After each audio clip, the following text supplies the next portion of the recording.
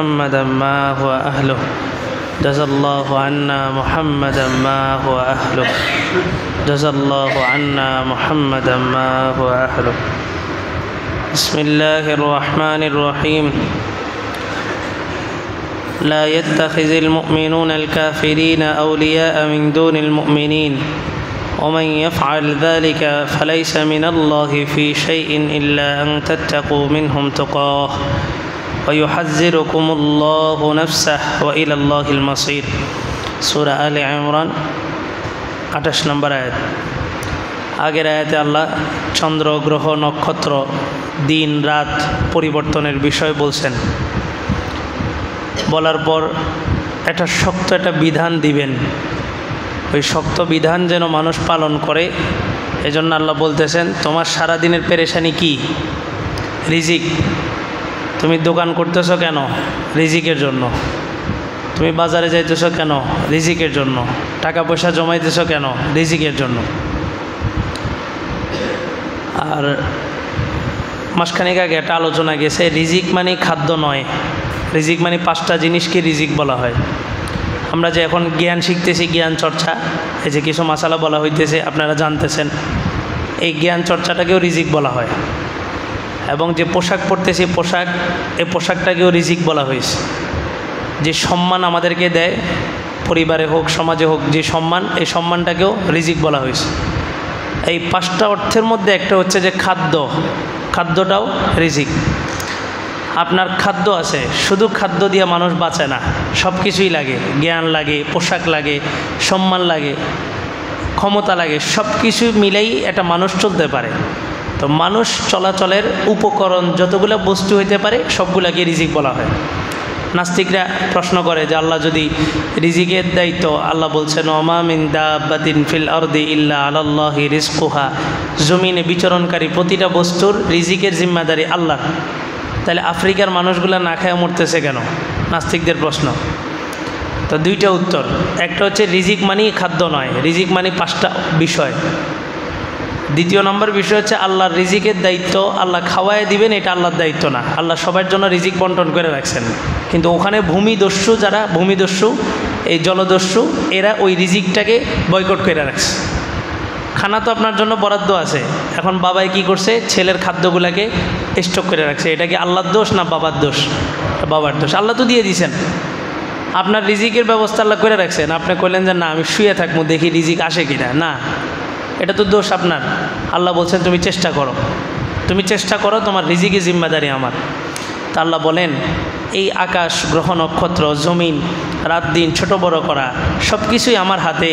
আর তুমি যেই বিষয়টা নিয়ে চিন্তা করো, পেরেশানিগ্রস্ত, পেরেশান হয়ে থাকো, ওয়াতারযুকু মান তাশাউ বিগাইরি হিসাব, আল্লাহ যাকে চান বেহিসাব দান করেন।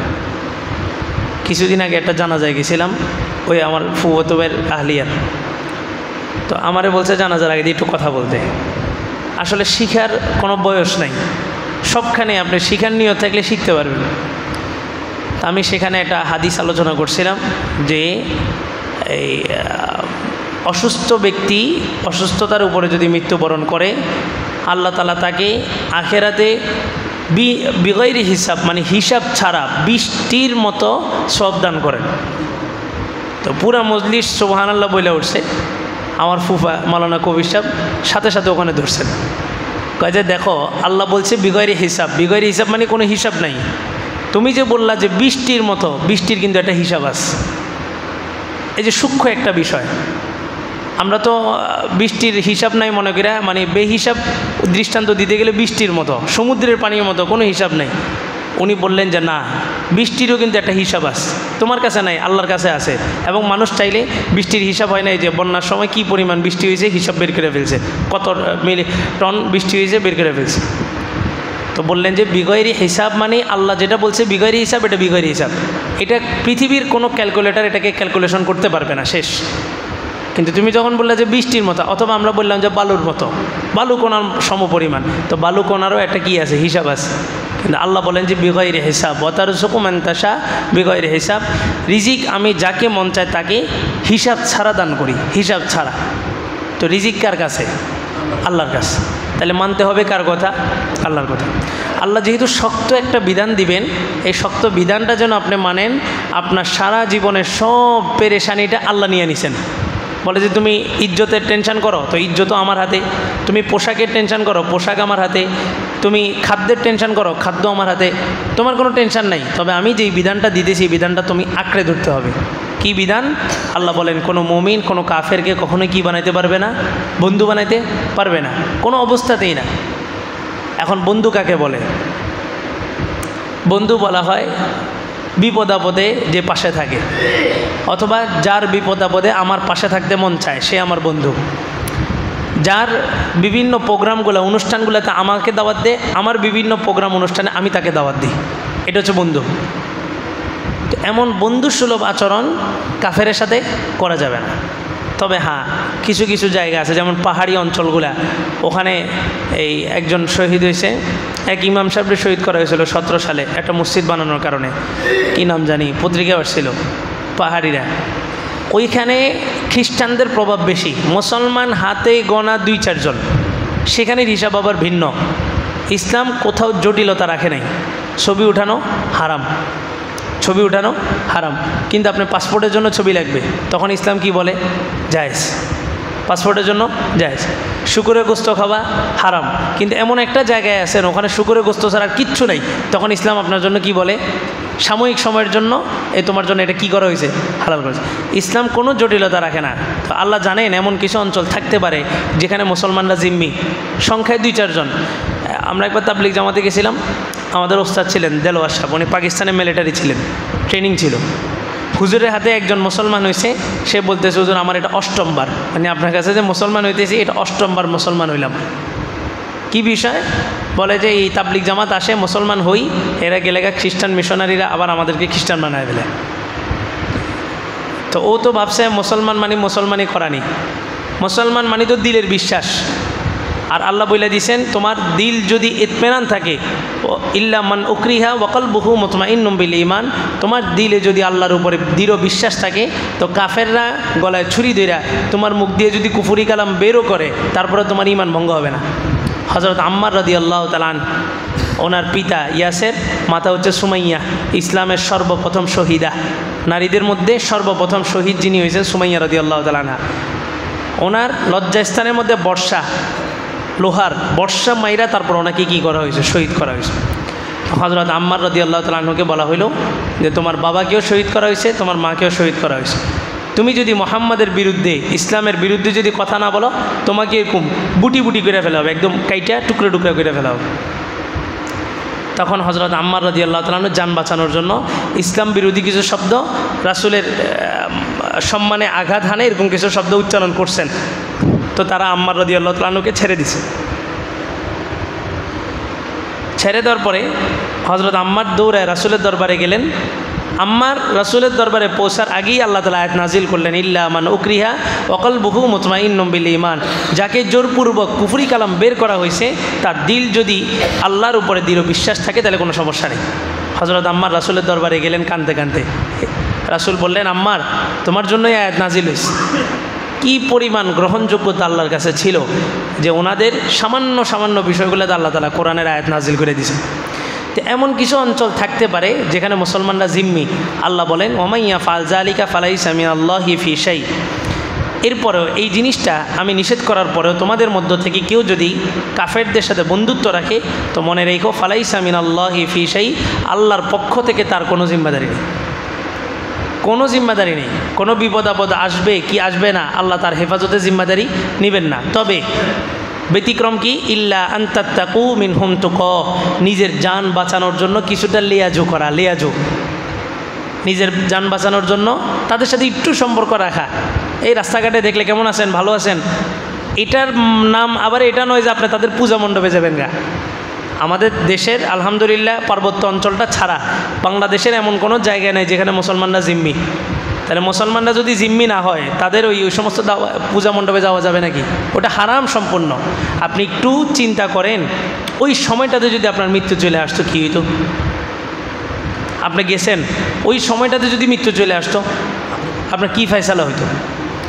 তো বন্ধু দাওয়াত দিছে, বন্ধুর দাওয়াতে আপনি গেছেন না, তাহলে কাফের দাওয়াত দিয়েছে, কাফের দাওয়াতেও আপনি গেছেন, তাহলে আপনি বন্ধুসুলভ আচরণ তার সাথে করছেন।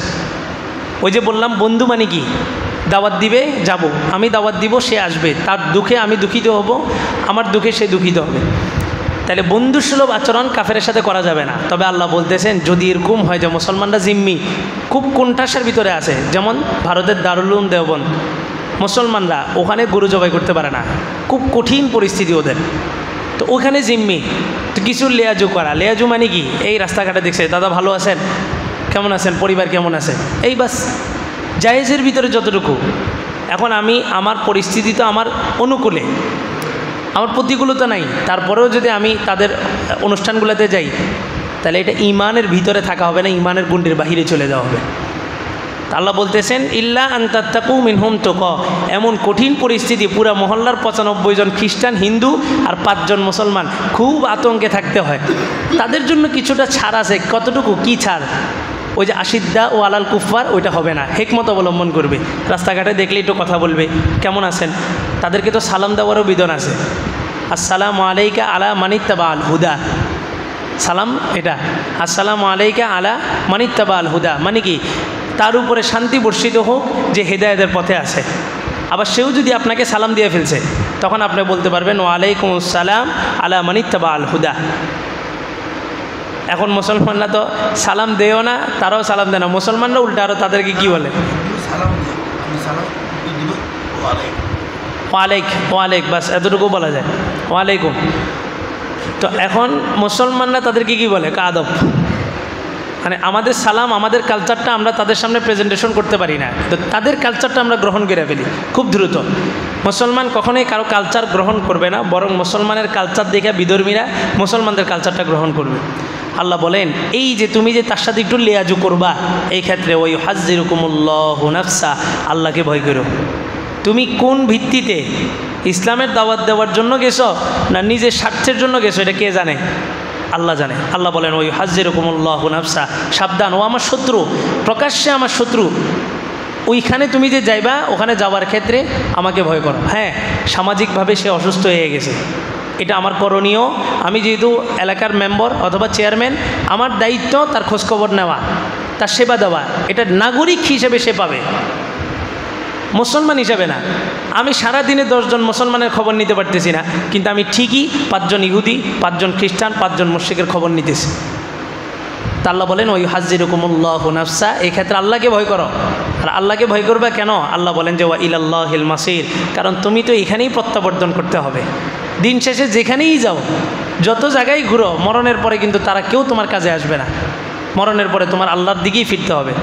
আল্লাহ বলেন কুল ইন তুখফু মা ফি সুদুরিকুম আও তুবদুহু ইয়ালামুল্লাহ, রাসূল আপনি তাদেরকে বলেন তোমরা যা কিছু তোমাদের দিলের মধ্যে গোপন করো অথবা প্রকাশ করো, কে জানেন? ইয়ালামুল্লাহ, আল্লাহ তাআলা জানেন। আপনি সেখানে কেন গেছেন, তাদের সাথে কি কথা বলছেন, কি কারণে আপনি তাদের সাথে লিয়াজু করছেন, কে জানে? আল্লাহ জানে। ওয়া ইয়ালামু মা ফিস সামাওয়াতি ওয়া মা ফিল আরদ, আরে আল্লাহ আসমান জমিনে কোথায় কি হয় সব জানেন, তো তোমার মতো ছোট্ট একজন ক্ষুদ্র মাখলুকের দিলের মধ্যে কি চলতেছে এটা আল্লাহ জানবেন না? অবশ্যই জানবেন। আল্লাহু আলা কুল্লি শাইইন কাদির, আল্লাহ তাআলা সব কিছুর উপর ক্ষমতাবান। এই আয়াতটা যখন নাজিল হয়েছে যে আল্লাহ তাআলা মনের ভিতরে কি চলে এটাও জানে, চিন্তা করেন, মানে সাহাবীরা কি পরিমাণ সাদাসিধা ছিলেন, দৌড়ায় রাসূলের দরবারে যায় এভাবে, মানে লজ্জায় মাথা নত করে বসে আছে। তো আল্লাহ রসুল বললেন যে কী সমস্যা? বলে যে ইয়া রাসূলুল্লাহ, আমরা তো মানুষ, আমাদের তো ভুল হইতে পারে, আমাদের মনের মধ্যে কত চিন্তা আসে, ইচ্ছা করে তো আর আনি না, অনিচ্ছা কত খারাপ চিন্তা আসে না? ফার্সিতে একটা কথা আছে, ফারাগাত মাসিয়াত কি জড় হ্যায়, উর্দুতেও বল, ফারাগাত মাসিয়াত কি জড় হ্যায়, অবসরতা গুনাহের মূল, জার মানে শিকড়, মাসিয়াত মানে গুনাহ, ফারাগাত মানে অবসর। অবসরতা হচ্ছে আপনার গুনার মূল। আপনি অবসর বসে আছেন তো কোনো কাজ ছাড়া, তো দেখবেন মাথার মধ্যে খারাপ আজে বাজে চিন্তা চেতনা আপনার মাথার মধ্যে ঘুরবে, এই জন্য অবসর থাকা যাবে না। মুমিন অবসর থাকলেও জিকিরের মধ্যে দেখতে হবে। তো সাহাবায়ে কেরাম এসে বলে যে ইয়া রাসূলুল্লাহ, আমরা তো ইচ্ছা করে আনি না, দিলের মধ্যে যে সমস্ত খারাপ চিন্তাগুলো আসে এগুলো তো ইচ্ছা করে আনি না, অটোমেটিক চলে আসে। তা আল্লাহ রসুল বললেন সমস্যা কী? তো বলে যে ইয়া রাসূলুল্লাহ, আল্লাহ যদি এটাও জানে তাহলে এটা শরমের বিষয় না? চিন্তা করেন, মানে আশ্চর্য হয়ে যাবেন আপনি এটা যদি গভীরভাবে চিন্তা করেন যে একজন সাহাবী উনি আল্লাহকে কি পরিমাণ শরম করেন, লজ্জা পাইতেছেন, যে ওনার দিলের মধ্যে একটা খারাপ চিন্তা আসে, এটা আল্লাহ জানবে, এটি উনি লজ্জা পাইতেছেন। আল্লাহর সাথে সাথে আয়াত নাজিল করলেন, লা ইউকাল্লিফুল্লাহু নাফসান ইল্লা উসাহা। আরে তোমার ওই খারাপ চিন্তা আসার কারণে তো গুনাহ লেখা হইতেছে না। মুমিন খারাপ নিয়ত করলেও কি করা হয় না, গুনাহ লেখা হয় না। খারাপ কাজ করলেও গুনাহ লেখা হয় না। আল্লাহ বলেন যে অপেক্ষা করো, ও তওবা করে কিনা দেখো। হ্যাঁ, আল্লাহর কাছে ঘড়ি আছে, 6 ঘন্টা দেখে। হাদিসে আছে বান্দা ফজরের পরে যা গুনাহ করছে, ফজর থেকে জোহর পর্যন্ত, জোহরের নামাজে খালি মসজিদে আসার কারণে আল্লাহ সব মাফ করে দেন। জোহর পর থেকে যা গুনাহ করছে, আসরে শুধু মসজিদে আসার কারণে সব মাফ হয়ে যায়। আসরের পরে যা করছে, মাগরিবে যা করছে, এশা শুধু মসজিদ, আল্লাহ বাহানা তালাশ করেন। এই বান্দাটা একটা ভালো কাজ তওবা করেনি, তো ফেরেশতারা কয় যে আল্লাহ তওবা তো করেনি। তা আল্লাহ বলে যে আরেকটু অপেক্ষা করো, আরেকটু অপেক্ষা করো। তো জোহরের সময় মসজিদে আসছে, আল্লাহ বলে যে তওবা লাগবে না, এই যে মসজিদে আসছে এটাই তো একটা তওবা। তওবা মানে কি? আল্লাহর দিকে ফিরা। তো আপনি জোহরের সময় মসজিদে আসছেন মানে কার দিকে ফিরছেন? আল্লাহর দিকে ফিরছেন, মাফ হয়ে গেছে। তো গুনার নিয়ত করলে, গুনাহ করলেও গুনাহ লেখা হয় না, কিন্তু বিপরীতে কি একটা নেকি নিয়ত করছেন এখনও করেন নাই, নিয়ত করার সাথে সাথে 10 নেকি লেখা হয়ে গেছে, সাথে সাথে আপনি এখনও কাজটা করেন নাই। তো সাহাবায়ে কেরাম যখন এই অবস্থায় আসছে, আল্লাহ তাআলা বললেন, আরে গুনার নিয়ত, গুনার খায়সাত মনের মধ্যে আসলে তো আর গুনাহ লেখা হয় না। লা ইউকাল্লিফুল্লাহু নাফসান ইল্লা উসাহা। আর খায়সাত, চিন্তা চেতনা, এটা তো তুমি ইচ্ছাকৃতভাবে আনো না, এটা অনিচ্ছায় চলে আসে। আমাদের নামাজের মধ্যেও তো চলে আসে, তো অন্য সময় তো আসবেই। তা আল্লাহ বলেন যে বান্দা যতটুকু নিতে পারবে অতটুকুই তাকে দেওয়া হয়। আমরা অনেক সময় আত্মহত্যা করি, অথচ এই আয়াতটা যদি সামনে থাকে, হতাশার কিছু নাই। লা তাকনাতু মির রাহমাতিল্লাহ। এই যে পরীক্ষার রেজাল্ট আসছে, কতজন আত্মহত্যা করে ফেলতেছে।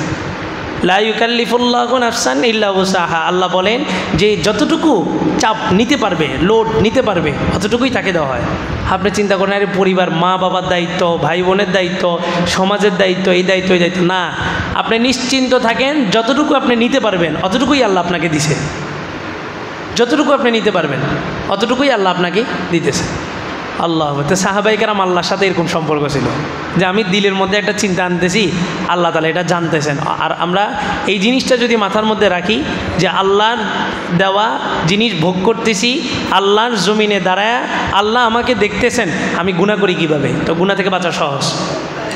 যে আমি আপনার জমিনে আছি এবং আল্লাহ তাআলা তো 1 সেকেন্ডের জন্য আমার থেকে গাফেল না, 24 ঘন্টা আমাকে কি করতেছেন, মনিটরিং করতেছেন, দেখতেছেন। তাহলে মালিককে দেখায়া, মালিকের জমিনে থেকে মালিকের জিনিস খায়া, নেয়ামত ভোগ করা, মালিকের নাফরমানি, এই চিন্তাটা মনের মধ্যে আনলে দেখবেন গুনাহ থেকে বাঁচা একদমই সহজ।